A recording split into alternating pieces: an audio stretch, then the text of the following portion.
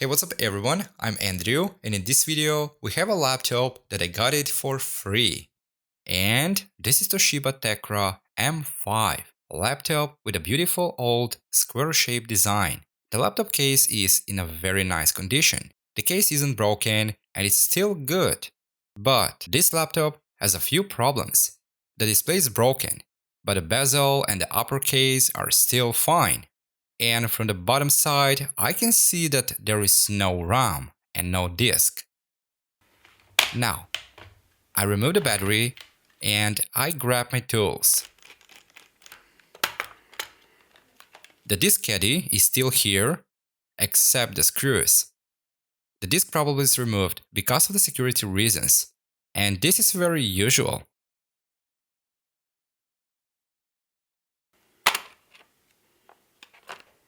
And the RAM is gone as well. So now I took some RAM that I have for testing. I place the RAM, I connect the power adapter. I already have a few of these for testing. The laptop has started normally, without any beeps or something similar, except the cooling fan is pretty loud. And first I thought maybe there is no backlight on the display because of the damage. But when I take a closer look, I saw that there is nothing on the display. Anyway, I already have a dozen of these older displays. So before I move to anything else, first I start with checking the laptop. I connect the other display and carefully I place it. And the laptop is working. Now I cross over some testing to be sure that this machine is good and functional. In general, this laptop is okay, except the cooling is too loud and the temperatures are higher, which is very expected. Now let's move to disassembling and later to cleaning this machine. So first, I disconnect and I remove the display. Now using a plastic spudger stick, I remove the plastic which is right above the keyboard. On the upper side of the keyboard are two screws only.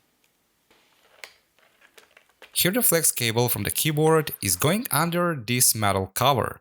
The both screws are different, but the good thing is, all screws are marked, so later will be easier to put them all together. Now I disconnect the keyboard, and I'm using organizer to sort all the parts and the screws. Let's turn the laptop from the bottom side. Here I took out the RAM. And I took out the CD-ROM. The CD-ROM is super easy to remove.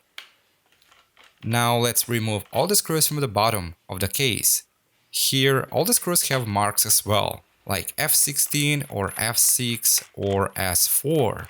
These markings stand for length and width. For example, the F6 is 6 mm long, and the F16 is a 16 mm long screw. So later it's easier to back all the screws without missing something. Now after I took all the screws from the bottom side, once again I check the case, in case if I miss some of the screws.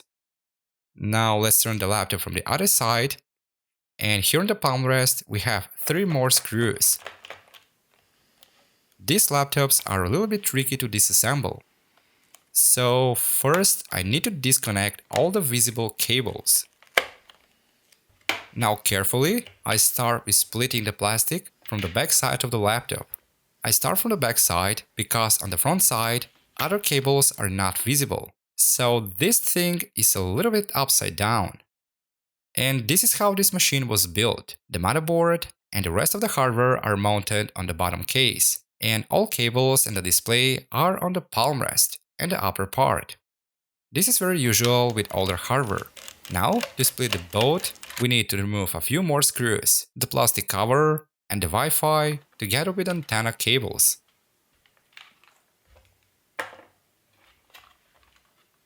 And here we can see how the heatsinks are interconnected with the metal holders, and these holders are separated from the copper heatsink. So back in the day, engineering was much different from today. So for me, this is not just a restoration or repairing something, it's more than that. For me, this is like reading a history book. We can see how the things were connected, how these things were made, how the hardware is working, and etc. And this is the reason why these laptop temperatures are high. The dust is blocking the air to pass through the heatsink and cool down the heatsink and the CPU and the GPU as well. Also, this is a common problem with most of the laptops. Now, let's clean this machine, do some changes, and make it better. So first I start with removing the dry thermal paste from the CPU, the chipset, and the GPU. And here I used a plastic spudger stick, cotton buds, brushes, and 96% isopropyl alcohol. Now, after I clean the dry thermal paste, I remove the CPU. And later I will try to find something better for this laptop. In general, this machine is pretty clean, so I don't need to remove anything. And to clean this laptop, I used a vacuum cleaner, brushes, and compressed air. The vacuum cleaner will collect all the dust that I will remove with a brush and the compressed air, so the dust won't fly all around the room. Well, and after cleaning, all is looking much better. Also, I always do a small inspection to check if is there some dust in the corners or is there something that I need to repair or replace. Now let's put this part aside and take the other components. Here I will start with cleaning the laptop case first. And again, I will start with the vacuum cleaner, brush and compressed air. And then I will re-clean the case using soft napkins and isopropyl alcohol.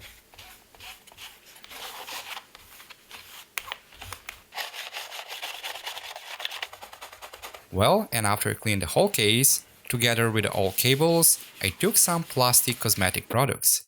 So these are a car cosmetics, but it's good to shine up and little polish the other plastics.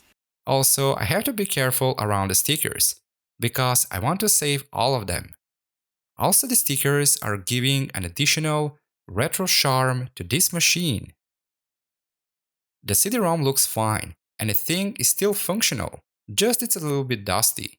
So carefully, I clean the CD-ROM from the dust, and I clean the laser head using cotton buds and isopropyl alcohol.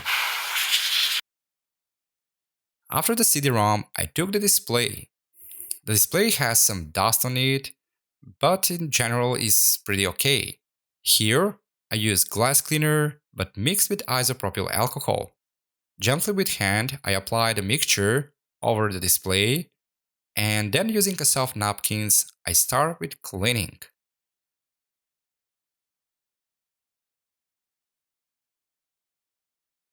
And the display is looking fine and much better than before. Now I took the keyboard. The keyboard isn't too dirty, and here first I start with the vacuum cleaner, just to collect the major dust and dirt, which is around or under the keys. Then, on the soft napkin, I put isopropyl alcohol, and gently I clean all the keys. And as finished, again some cleaning with a brush and again with a vacuum cleaner. The keyboard is looking perfectly fine, but the joystick button is missing. I don't have the original button, but I have a few from IBM laptops. One of these buttons is fitting, but it's too high and above the buttons. And this will hit the display when the laptop is closed. So I took the scalpel and I cut the button.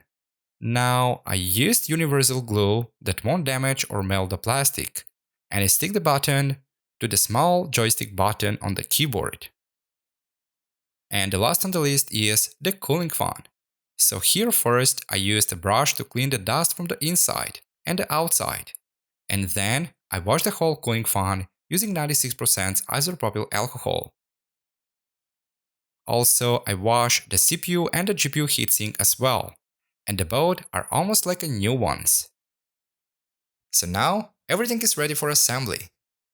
At this point, I wanted to upgrade the CPU, but the guy from where I take supplies is on vacation, so currently I don't have anything better.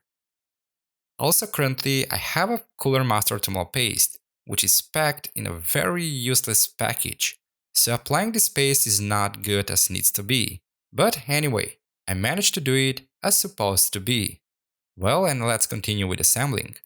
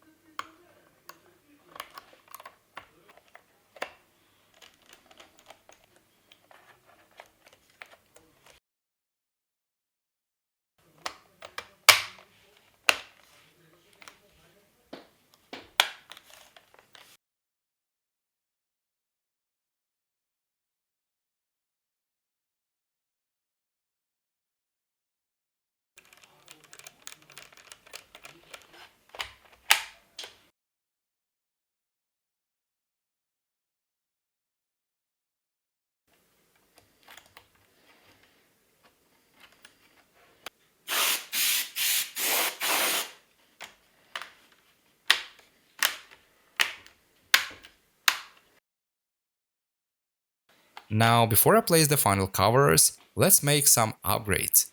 As RAM, I will use 4 gigs in total. Also 4 gigs is the maximum that this machine supports. And for this laptop, I have 2 disks. The both are Toshiba, and I will use one of these in this laptop. I will go with a standard mechanical disk because I want to make this laptop in its original condition. And yes, I have SSD, and the SSD will be much better on this machine. But I want to use this laptop with a standard mechanical disk.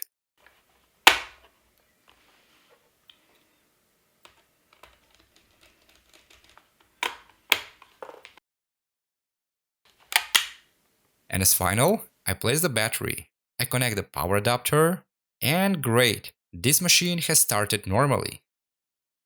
From my collection I took Windows 7 32-bit, and I started with installing the Windows. The Windows installation is going normally and isn't slow as expected. After I install the Windows, I continue with installing the drivers.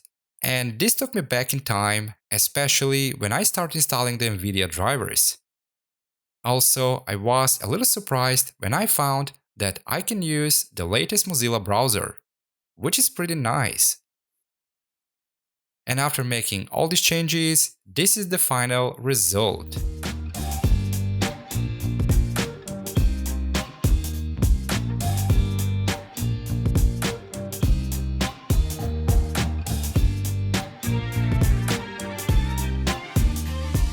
Well, let's take a closer look. So this is a pretty old laptop, isn't powerful, but with pleasure I will keep it and I will use this machine.